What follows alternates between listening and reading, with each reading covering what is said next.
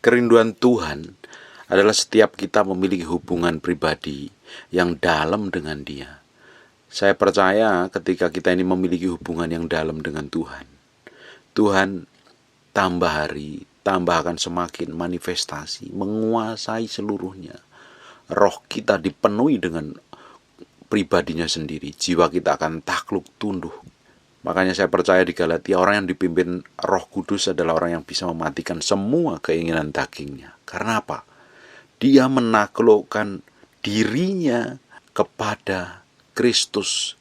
Kita tunduk sepenuhnya di dalam hadirat Tuhan.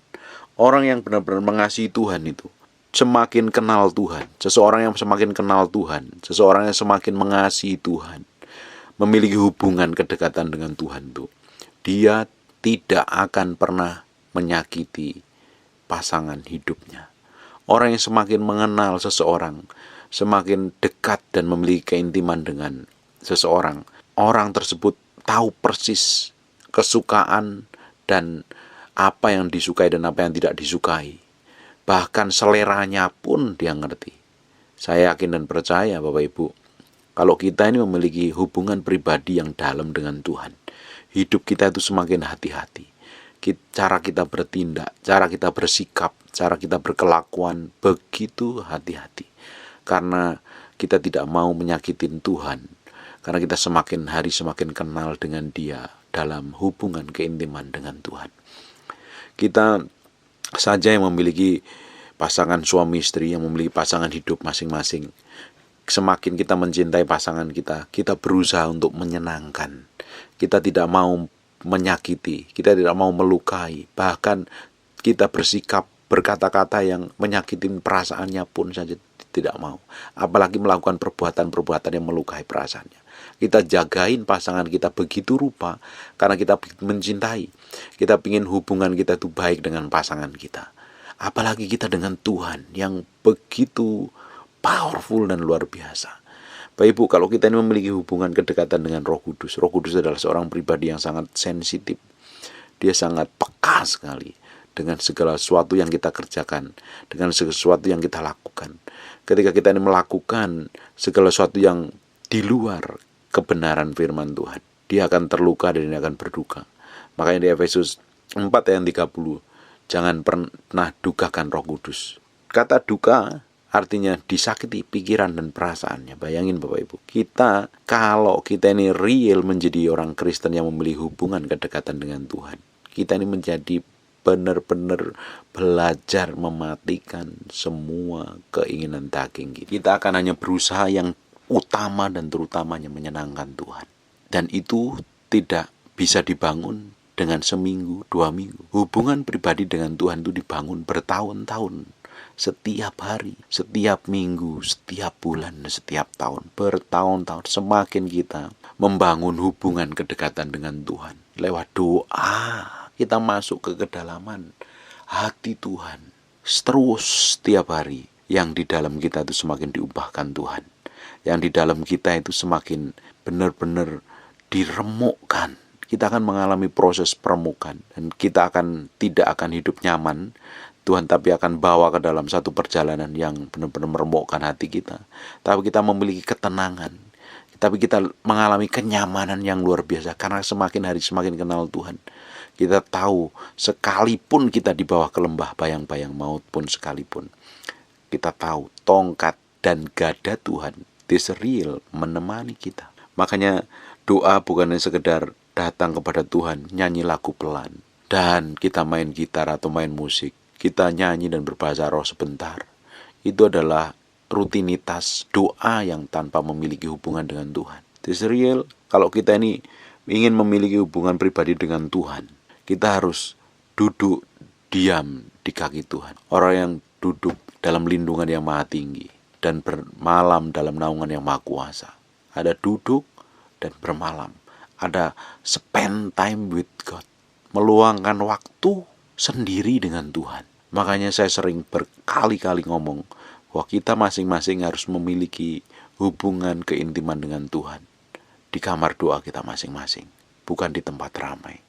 Kalau kita sudah bisa melatih hubungan kita ini masuk ke dalam hati Tuhan, mengenal Tuhan di kamar doa kita sendiri, saya yakin dan percaya di tempat umum Bapak Ibu udah bisa berdoa, bisa konsentrasi, bisa menyembah Tuhan, bisa berjalan seperti apa yang Tuhan mau.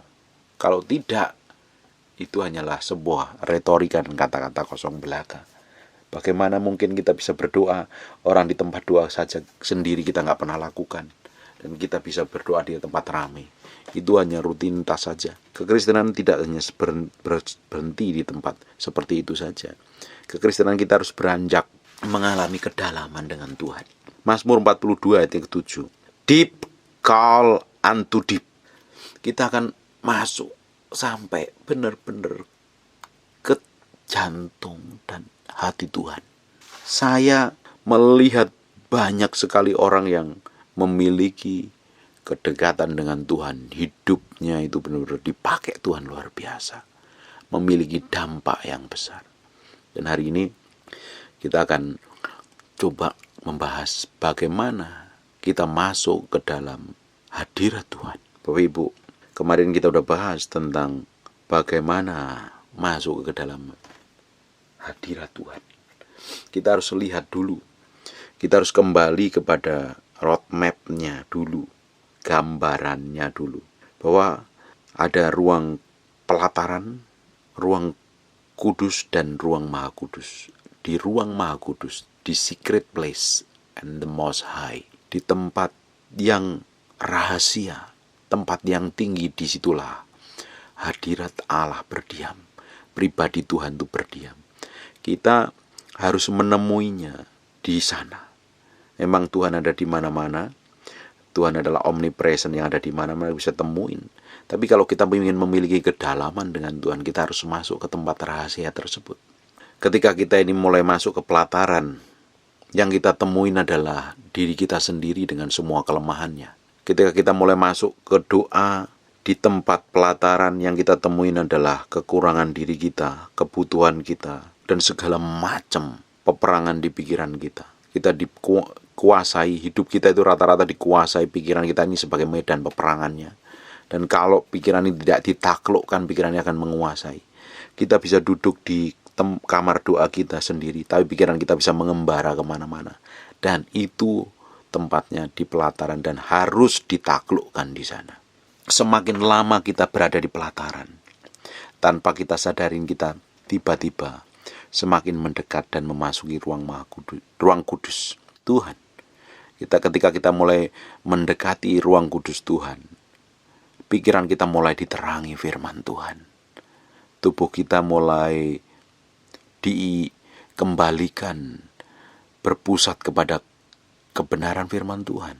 Mata hati kita diterangi, pikiran kita diterangi, dan kita diberi makan oleh firman Allah. Karena di situ ada roti sajian dan kandil sebagai lambang. Roti adalah kebenaran firman Tuhan dan yang akan menerangi dan akan membuat kita semakin hari semakin dibawa ke dalam pusat kehendaknya. Di situ kita sudah melupakan tentang diri kita dan kebutuhan kita. Semakin lama berlama di situ, berendam dalam hadirat Tuhan, kita mulai dibawa masuk ke kedalaman hati Tuhan, ruang Maha Kudus. Kita dibawa masuk semakin dalam ke dalam hadirat Tuhan. Di situ ada, kita tidak bisa ngapa-ngapain lagi. Imam besar ketika masuk ke ruang Maha Kudus, dia hanya membakar ukupan dan diam, menikmati hadirat Tuhan. Semakin kita masuk ke ruang Maha Kudus, kita melupakan diri kita dan kita menyatu dengan Tuhan. Pikiran, roh, jiwa dan tubuh kita. Apa yang kita mau, apa yang kita pikir, apa yang kita rasa, kita tanggalkan dan kita mulai mengenal Tuhan secara pribadi. Dan kita mulai masuk ke kedalaman hati Tuhan. Terus semakin lama-lama kita melupakan waktu. Waktu sudah bukan lagi menjadi hitungan.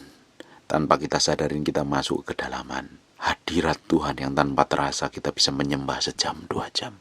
Dan ini perlu dilakukan secara kontinu Bapak Ibu. Mulai kita masuk ke kamar doa kita, ke ruang pelataran, ke ruang suci dan ruang maha suci. Kita lakukan setiap hari. Kita akan masuk menanggalkan semua ego, daging, keinginan semuanya ditaruh di hadapan Tuhan. Dan kita berendam dalam hadirat Tuhan. Bapak Ibu, tiba-tiba kita dipulihkan. Kita dipenuhi dengan hadiratnya. Kita merasa benar-benar mengalami sesuatu yang berat. Bukan karena apa? Karena kita menerima sesuatu urapan yang powerful sekali. Hidup kita begitu ringan. Karena kita diberikan kekuatan Allah. Dan kita masuk menyembah Tuhan. Penyembahan kita terasa berbobot. Bahasa roh kita terasa berkuasa sekali. Terasa bernilai. Dan semakin kita berendam dalam hadirat Tuhan, terus berendam, daging kita semakin hari semakin dimatikan. Dimatikan. Tanpa kita sadarin kita udah nyembah lebih dari sejam. Lebih dari 2 jam. Dan kita dipuaskan rasa haus dan lapar kita di ruang Maha Kudus, in the secret place of the Most High. Ketika kita keluar, hadirat Tuhan itu menyertai. Bapak Ibu kemana? Pergi kemana? Ke ruang tamu, ke pelayanan, ke kantor, ke toko. Hadirat Tuhan itu menyertai. Dan orang-orang di sekitar kita akan merasakan penyertaan Tuhan, kuasa Tuhan itu. Ketika kita ngomong, ada bobot dan kuasanya. Orang dijamah dan diubahkan Tuhan. Orang dilawat Tuhan. Orang merasakan Tuhan. Luar biasa. Karena apa? Kita sudah terbiasa bertemu Tuhan di ruang Maha Kudus. Dan orang-orang yang biasa di pelataran akan merasakan bagaimana hadirat Tuhan itu nyata. Menyertai hidup kita. Imam besar, ketika masuk ruang Maha Kudus, dia hanya membakar ukupan. Tidak ngapa-ngapain lagi. Kalau didapatin tidak berkenan di hadapan Tuhan, melakukan dosa, mati di tempat. Karena begitu suci dan begitu berkuasanya. Di zaman perjanjian baru, tabir bait suci itu terbelah menjadi 2. Kita bisa kapan saja masuk ke ruang Maha Kudus. Yang jadi masalahnya, real kita bisa masuk ruang Maha Kudus atau kita masih di pelataran. Hanya kita mau fokus pada kebutuhan kita. Ketika kita menyembah kepada Tuhan, datang kepada Tuhan atau datang menyembah ibadah ke gereja itu, sebenarnya yang difokuskan apa kita ini? Yang dikejar apa kalau kita ini berdoa dan menyembah Tuhan? Diri kita sendiri, kebutuhan kita. Artinya kita benar-benar belum masuk mengalami, masuk ke tempat hadirat Tuhan, tempat yang Maha Kudus itu. Yang kita fokuskan hanya kebutuhan kita. Mana bisa kita mengerti kehendak Tuhan? Mana bisa hidup kita disetir oleh kehendak Tuhan? Kalau orang seperti itu mengaku dah menyembah Tuhan, tapi kelakuannya masih kedagingan, masih dendam, benci, penuh amarah.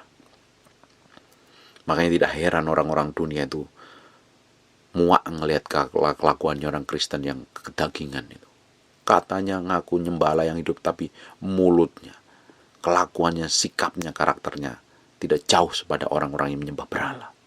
Saya yakin dan percaya kalau setiap orang percaya mengalami, memiliki kehubungan kedekatan dengan Tuhan yang powerful sekali, hidupnya akan berubah. Dan orang-orang di sekitarnya akan dijamah dan diurapin Tuhan. Orang-orang di sekitarnya akan menikmati Tuhan melalui hidup kita.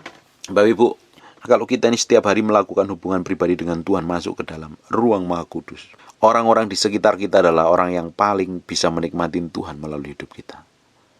Entah itu pasanganmu, entah itu keluargamu, anak istrimu dan cucumu, atau mungkin staf karyawan atau bosmu mungkin, atau orang-orang yang kamu layani mereka adalah orang-orang yang akan merasakan Tuhan bekerja melalui hidup kita. Kalau benar-benar kita memiliki hubungan kedalaman dengan Tuhan. Kalau tidak, kekristenan kita ini hanya sekedar beragama tanpa memiliki hubungan. Banyak orang Kristen beragama tanpa memiliki hubungan dengan Tuhan. Hatinya makanya belum diubahkan Tuhan. Saya yakin dan percaya kalau orang memiliki hubungan yang dalam dengan Tuhan, saya udah ngomong berkali-kali ini, hatinya akan dipulihkan dan hatinya akan diubahkan Tuhan. Dan semakin hari semakin dibawa masuk ke dalam pusat kehendak Tuhan sendiri. Bapak Ibu, ketika kita ini benar-benar melayani Tuhan, mengikut Tuhan, hidup seperti apa yang Tuhan mau. Fokus kita bukan diri kita sendiri, tapi yang menjadi tujuan utamanya adalah menyenangkan dan melakukan apa yang Tuhan mau. Makanya orang-orang seperti ini akan berkata, Tuhan adalah yang utama. Kalau selama ini banyak orang kita, di antara kita ini, siapa yang terutama?